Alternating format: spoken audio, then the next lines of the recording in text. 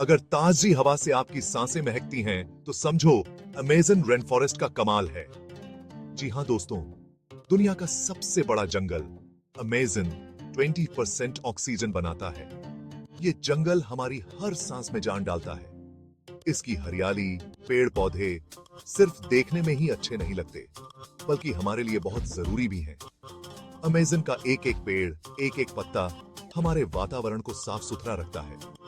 तो अगली बार जब भी गहरी सांस लो, तो याद रखना, अमेज़न रेन फॉरेस्ट तुम्हारे लिए काम कर रहा है। नेचर से प्यार करो, इसे बचाओ, और नेचर के बारे में ढेर सारी बातें जानने के लिए हमारे चैनल को सब्सक्राइब करो। शुक्रिया।